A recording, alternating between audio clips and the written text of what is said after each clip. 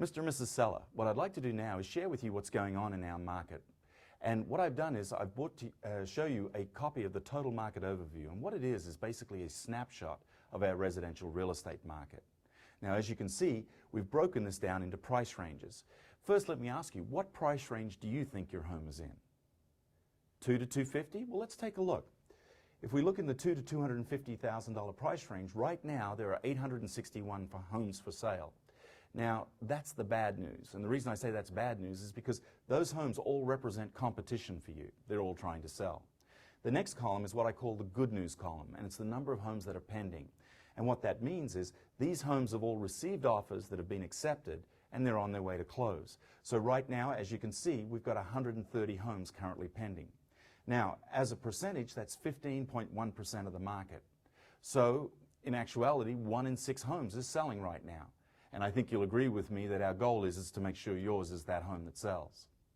Now, the next column is the number of homes that have expired. Now, what I mean by that is those are the homes that did not sell and, in fact, came off the market during the term of their listing. Now, typically, these homes have been rejected by the buyers because of either price or condition. Now, the next column is the number of homes that have actually sold and closed over the last 6 months. And you can see right now we've got 540. Now, the reason I share that with you is that that number reflects 6 months' worth of sales activity. This number, the pendings, however, really represents the last 30 days because our average escrow period is about 30 days long. Now, if I were to compare those two numbers, I would need to multiply the pending number by 6. And you can see 6 times 130 is a much bigger number than 540. Now, the next column is the average list price of the homes that sold. Not the average list price of the homes that were on the market, but the ones that sold. And you can see right now in this price point, it's $225,877. Now, the average sales price of the homes that sold in this price range is $221,873. So you can see the homes that are selling on average for 98.2%. Now, the reason I share that with you is a lot of people say, well, Bruce, you know what? I agree with your market analysis. I think that's where it's going to sell. However, I'd like to price it $30,000, $40,000, $50,000 more, so I've got room to negotiate. Well, when you look at our total market overview, you can see that in our market, the vast majority of homes that actually do sell within 2 to 3% of list price.